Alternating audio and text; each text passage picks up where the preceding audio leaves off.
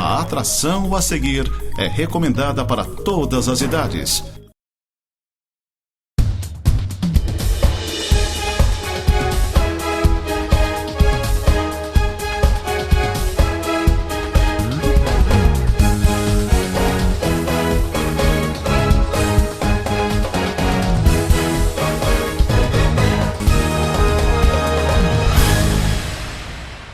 Muito bem, amigos, cá estamos nós de volta com mais uma edição do nosso Tema Livre, aqui na Nova TV. O Céu sempre nos bastidores, nos acompanhando. E hoje o nosso programa será bastante diferente, com muitas informações, curiosidades, história, né? Principalmente dos povos indígenas. E aqui ao meu lado, você já visualiza a Jomara de Lis, que ela é realmente uma historiadora, é formada nessa área. Ela trabalha com geografia, história, tem mestrado em educação também, e é uma pessoa que conhece muito de rituais indígenas, viveu já também boa parte do seu tempo numa aldeia, em que, enfim, vocês já estão vendo aqui os nossos objetos, né, que ela trouxe para mostrar para vocês e a gente explicar um pouquinho algumas coisas. Vamos falar também das casas subterrâneas ali em São José do Cerrito, enfim. Prepare-se que o programa vai ser muito bacana e você com certeza vai gostar. E aí, Jomara, tudo bem? Tudo bem, é um prazer, é uma honra poder estar aqui e compartilhando um pouquinho do que a gente vai aprendendo. Com certeza, né? Fale um pouquinho de você para que as pessoas... Eu tentei explicar um pouquinho aqui, mas as pessoas que eu acho que querem ouvir de você. Quem é a Jomara? Então, a Jomara, hoje, essa versão aqui, é mulher, mãe, professora, hoje... Trabalho na Coordenadoria Regional de Educação, não estou diretamente em sala de aula, mas esses trabalhos me conduzem à sala de aula, que é maravilhoso.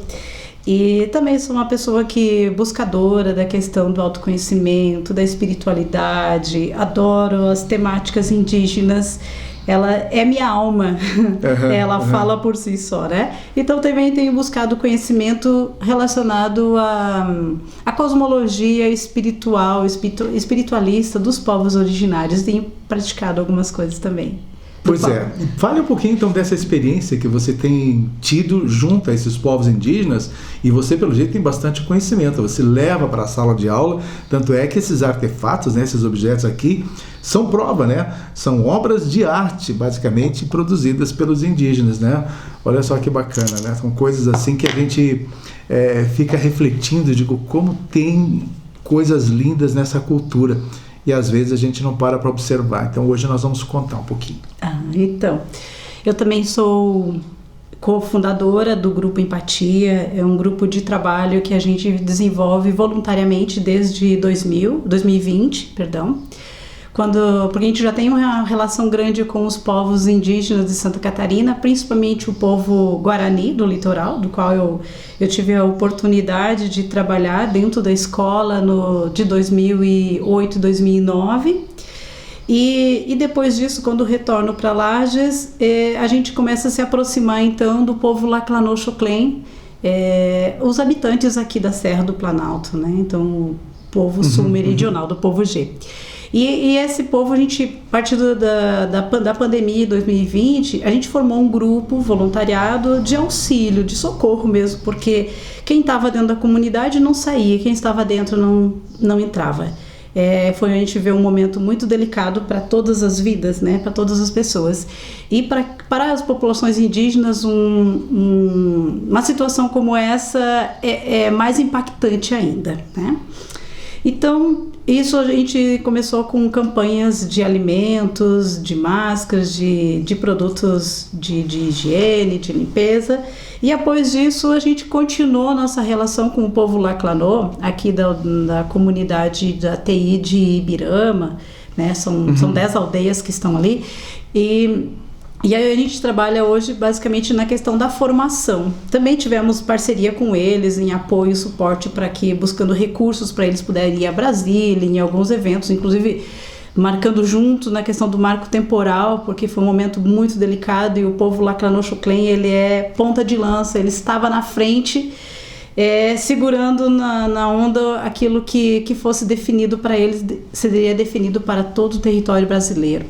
Então, eles precisavam de muita ajuda e continuam precisando, é claro, né? Então, a gente, enquanto Grupo Empatia, sempre, dentro das nossas limitações, a gente se pôs a ajudar, né, dentro das possibilidades. Vocês atingem um público grande, né? Você estava mostrando ali, são quantas mil pessoas? Então, desde 2020, então, que a gente vem atuando, mas diretamente com o povo Laclanô.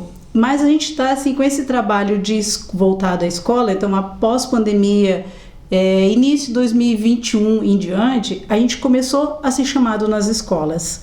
E aí a gente vai nas escolas e leva o quê? A gente faz esse trabalho de visibilização de uma história que não é contada. Ou é contada de uma forma muito folclórica, muito do passado. Fala-se daquele indígena do mato, tanto que nós temos receio ainda quando a gente fala do povo indígena, parece que ele não pode utilizar um equipamento eletrônico, ele não pode andar de carro, mas ele não tem direito. Ainda tem, né? Pessoas dessas áreas que não estão podendo, né? Isso sim, que é uma complicação. É complicado porque as pessoas não têm acesso, mas o delicado é muitas vezes nós ter a compreensão de que eles não têm direito a ter isso. E uma vez eles tendo direito, é como se eles deixassem de pertencer à cultura. E isso é uma coisa que a gente precisa desconstruir. Tem uma norma, né, que tem que ser quebrado. Tem que ser quebrado, porque tudo é transitório, né? Porque tem indígenas no país que estão super avançados, tem produção agrícola, vivem do agronegócio e estão totalmente integrados à sociedade com produção e seguindo a cultura deles. Quer dizer, é uma mística, né? Enquanto que tem povos que deixam eles lá no meio da floresta como se eles tivessem que viver isolados lá para não quebrar essa cultura. Por que essa diferenciação? Essa diferenciação é o mesmo que aconteceu há 500 anos atrás. É uma história que ainda continua sendo construída. Uhum. Ela continua, e infelizmente, muitas vezes dentro do espaço escolar, ela é espaço de reprodução. Uhum. Então nós precisamos se unir e realmente trazer outras histórias, trazer essas outras versões, dar visibilidade e deixar que eles venham contar a sua história. Porque uma coisa é eu falar de uma história que eu vivenciei, outra coisa é quem vive na pele o dia a dia contar a sua história. Então, recontar a história hoje é necessário, mais do que necessário. Ela precisa mesmo, porque a gente tem que desconstruir esses padrões que estão muitas vezes nos materiais que estão circulando dentro da escola. E os professores, as professoras precisam de formação. Por isso tem que incentivar, tem que buscar. É parte do teu trabalho. É parte do trabalho também, da minha pesquisa da dissertação de mestrado. É trabalhar justamente os profissionais que estão dentro da sala de aula, incentivá-los e a desconstruir aquilo que foi construído secularmente. Uhum. E tem que virar chave, né? Porque a história ela é dinâmica. No passado, imagina se eu pensasse assim, para mim ser a Jomara, eu tenho que viver a história ou morar nas moradias que os meus bisavós moravam. Se eu não viver naquela moradia, eu não sou a Jomara. Por que não? A Jomara é a mesma. A história foi construindo processos diferentes e nós fomos adaptando materiais, formas diferentes.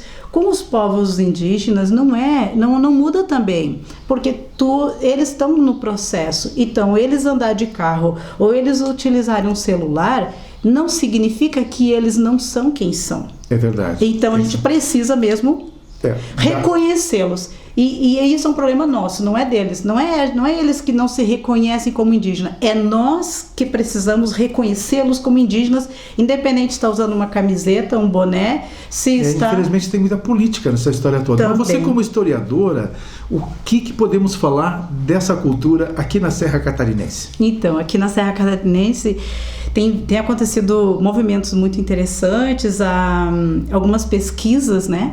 Na década de 70, a professora Maria José Reis iniciou uma catalogação das casas, chamadas casas subterrâneas, que são moradias, né, dos povos originários aqui do Planalto Sul, do sul brasileiro, do povo, né, do tronco, e o povo Xoclém, Laclanô Xoclém, e o povo Caigangue, né, o povo do tronco G meridional. Então esse levantamento feito pela professora Maria José Reis chamou a atenção de um outro pesquisador, agora no início do século XXI, professor Pedro Inácio Schmitz, da Unicinos, da Universidade de Unicinos em São Leopoldo.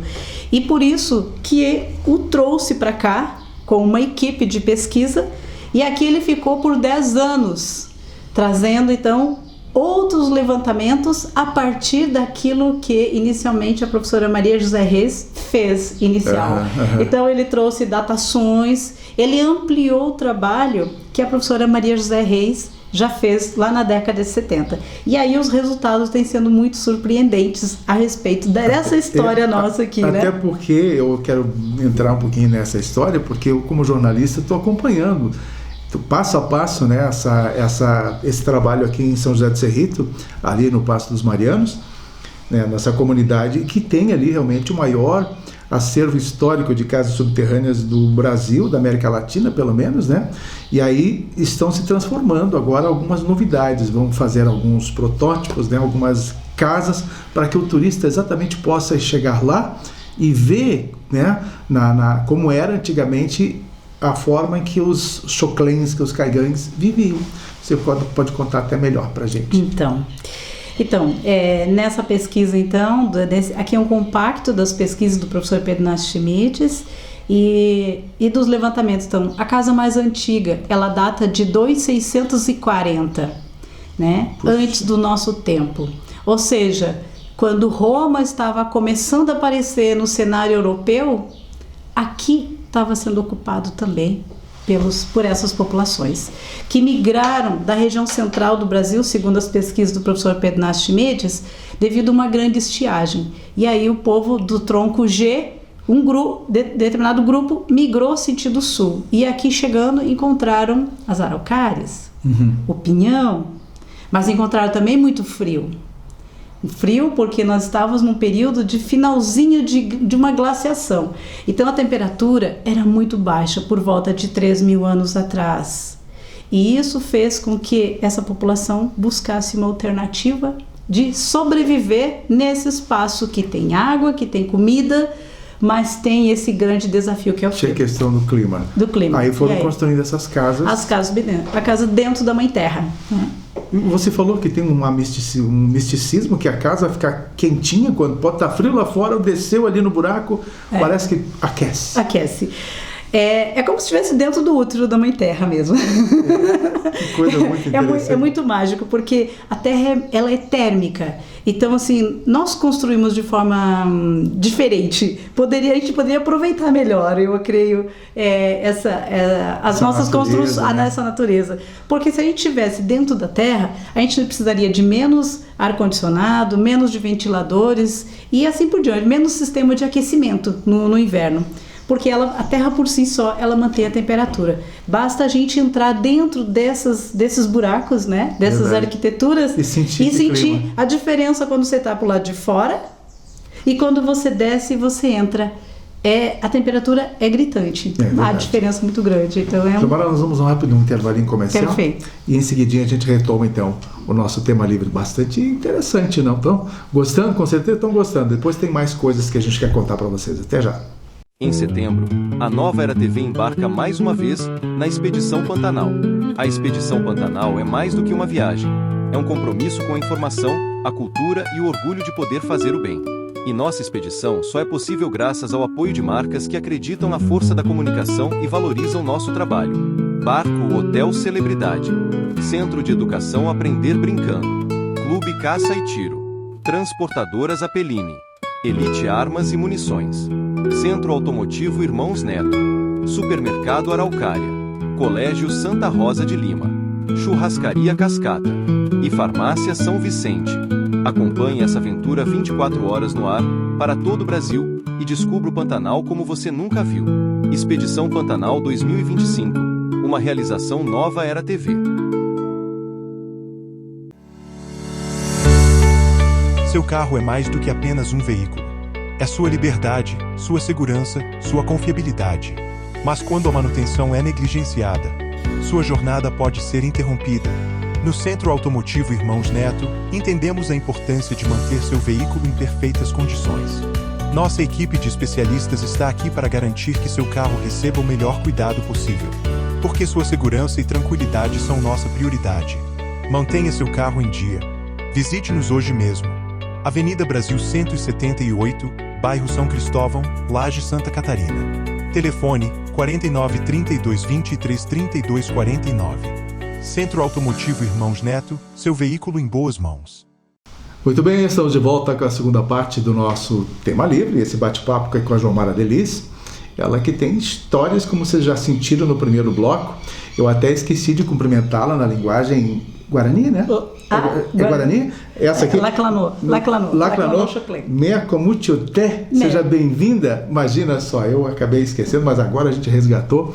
Tanto é que a gente quer conversar sobre esses artefatos aqui. São de várias etnias aqui, né? Olha só.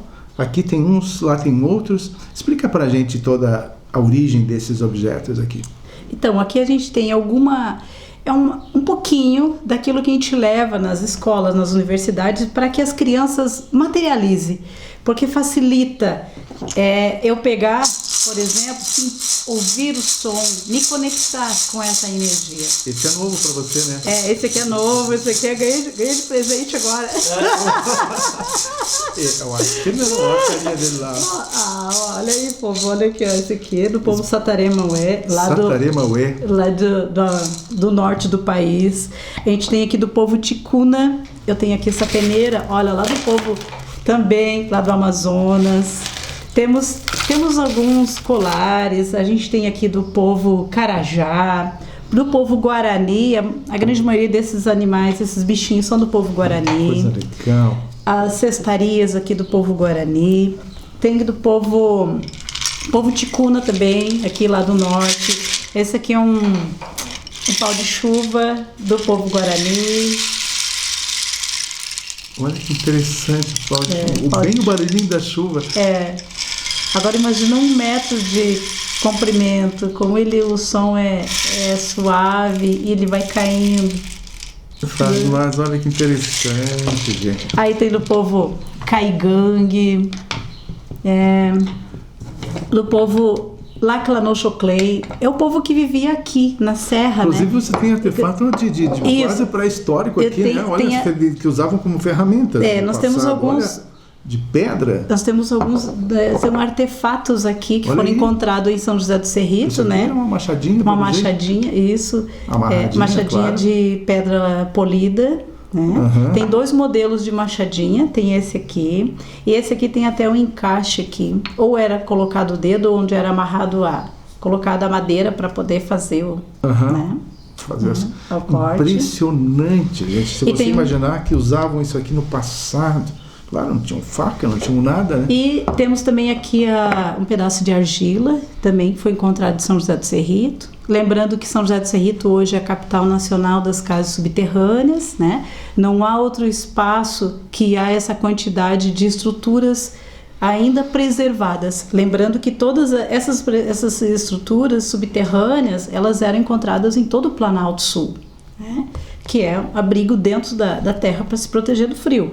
Mas São José do Cerrito hoje conserva a maior quantidade dessas, inclusive tem a maior, ela está lá, que estão com 6 metros de profundidade por 20 de diâmetro. O maior montículo, ou maior aterro plataforma também está em São José do Cerrito, que tem 29 metros de diâmetro por 2,20 de altura. Olha só. É um morro gigante construído, né? João, vamos entrar um pouquinho rapidinho num outros assuntos que você tem especialização, tipo, você é espiritualista, você é reikiana, você é aprendiz de tarô. Conta pra gente um pouquinho esse teu lado aí também. A gente nunca é uma coisa só, né? Eu acredito que eu acho que assim, a gente é universal. Uhum. E por onde a gente vai passando, a gente vai se aproximando e aquilo que reverbera dentro de nós vai ficando. Uhum. Então vai agregando. E eu penso que o caminho é esse, é você seguir realmente aquilo que vem os chamados. Então, assim, trabalhando na linha da espiritualidade, né, com o Reiki, né, no centro espírita aqui, o Ramatiz. Dentro dessa linha a gente trabalha também com grupos, nós temos um grupo de xamânicos, né, dessa busca, dessa conexão com a natureza, com os elementos, com os elementais da terra, do fogo, da água, do ar. Como eu falei inicialmente, a minha alma ela é indígena, então ela está dentro do mato, ela está na terra, está em contato com os elementos. A gente nem falou, você é descendente eu indígena? No passado eu tenho aqui também do povo que vivia aqui, ou era o povo Laclanochoclen ou o povo Caigangue. Eu estava contando para você que eu nasci em Nonoai, né, Nonohai, né, que é o nome de um cacique antigo lá, o nome que deu origem ao nome da cidade, Nonohai, e virou Nonoai. E aí, então, eu estava lembrando aqui que o meu avô era mestiço de índio, né? O vô Jango, né? Era mestiço. Então, eu acho que eu tenho um pouquinho de sangue caigangue, eu acho, lá dos Nonoai. Não tenho certeza, mas eu acho que sim. Que legal. E eu acho que todos nós temos. Nós temos nosso DNA. Talvez a gente não esteja tão em evidência, ou a gente também tem que aprender a se conectar com essa história, porque muitas vezes a gente prefere falar daquele nosso lado histórico que temos de ligação com a Europa e desconectamos com o nosso lado que é dessa raiz, que é desse chão, que é dessa história, ou então do continente africano. Eu tenho DNA que vem de todos os lados. Isso é bárbaro. Me diz uma coisa, esse teu mestrado, você está buscando o que trazer com ele? Então, o trabalho foi concluído agora. Concluí, graças a Deus, glória. E que tem permitido também muitas viagens, inclusive levar essa história para longe, né? Recentemente eu estive na Amped, em João Pessoa, faz um mês e pouquinho atrás, não chega nem um mês, e levando justamente, contando essa história que acontecia aqui no Sul, trazendo levantamentos históricos e a importância de se trabalhar isso dentro do espaço educacional, como precisa ser movimentada a história de uma forma mais completa. E você tem conseguido levar as escolas, sim, várias escolas, isso no aprendizado, no ensinamento? A gente tem sido chamado bastante. Esse trabalho aqui, então, associado ao que a gente está fazendo no mestrado, na verdade, é tudo junto, né? Não tem como eu dizer que uma coisa está separada da outra. Hoje, são mais de 8 mil pessoas, desde que a gente começou esse trabalho de formação de professoras e professores e de trabalho dentro de sala de aula mesmo, recontando essa história e trazendo essa temática e fazendo as reflexões necessárias, porque tirando essa coisa de índio, né? Índio está na Índia. Aqui nós temos os povos originários, os povos indígenas, então nós temos que pluralizar. Entendi. Né? Então a gente tem sido bastante chamado, sim, né? Para estar em espaços educacionais, seja de universidades, seja de escola pública ou de escola particular, desde a escola básica, né? A gente está indo, sim. Então eu acredito que a gente vai fechar o ano com quase 10 mil pessoas diretamente, sem falar aquelas que indiretamente acabam também recebendo, né? Porque a criança chega em casa, comenta com o pai, com a Alice, e aí então vai indo. A gente só está fazendo um cálculo direto, né? Imagina agora com esse programa aqui, quantas pessoas a gente consegue. Então, e aliás, eu ia falar, vocês têm que publicizar mais. Isso aí talvez, não sei, dentro dessa área, eu acho que é do Estado, né? Teria que ter uma assessoria do Estado e fazer um trabalho com vocês mais amplo e mandar para a imprensa para que a população saiba desse trabalho e saiba dessas histórias. Tu vê, o Céu contou de você ontem, eu nem sabia que você tem um trabalho que existia, a Jomara, nesse sentido, e daí acabei conversando contigo, você foi receptiva, está aqui hoje contando, e eu estou achando magnífico todo esse teu trabalho e toda essa explanação que tu está fazendo, né, Céu? Foi uma amiga do Céu contou de você e as coisas evoluem. O Céu sempre sugere para mim algumas pautas e elas dão resultado. Ai, que maravilha, a gente quer honrada. Eu sou honrada a Thaís, que foi quem esteve aqui no programa, né, recente, foi minha prof de tarô e ela comentou aqui a respeito. Mas esse trabalho a gente tem feito mais no campo educacional. E precisa, de fato, eu concordo, ele precisa ser divulgado, porque mais pessoas precisam engajar, precisam estar voltadas nisso, porque a gente quer um mundo plural, Né? E para que esse mundo seja plural, precisa falar dessa pluralidade que há, essa diversidade que é cultural, né? Isso não precisava ser só levado nas escolas, poderia também ser em repartições públicas, tipo numa exposição lá na Câmara de Vereadores, no hall de entrada, no Museu Tiago de Castro, enfim, levar talvez lá no antigo Colégio Rosa, não sei, alguns lugares, ou talvez expor isso em praça pública, uma hora dessa fazer uma roda de conversa, né? Levar esses banners assim, levar esse material e atrair a curiosidade das escolas para um dia de campo, talvez numa praça pública. Mas, Giovana, obrigado pela tua participação, obrigado por contar um pouquinho dessas histórias. Eu vou seguir acompanhando principalmente a questão lá das casas subterrâneas, né, aguardando. O projeto já está em andamento, já fizeram toda a terraplanagem lá, eu estive lá recentemente, e já estão trabalhando na estrada que vai levar até lá, porque é muito difícil o acesso, dá para ir só de cavalo, a pé ou com os jipão 4x4 lá, não é fácil chegar lá, né? Inclusive eu tive o privilégio de acompanhar a Tainara, né, a prefeita de São José do Cerrito, até a aldeia, lá na aldeia Bugio, com o povo Laclanô, porque eles estão fazendo um trabalho conjugado, porque vão fazer uma réplica dentro da cidade, né? Vai ter no portal também vai ter um trabalho e vai ser feito pelo próprio povo Laclanô.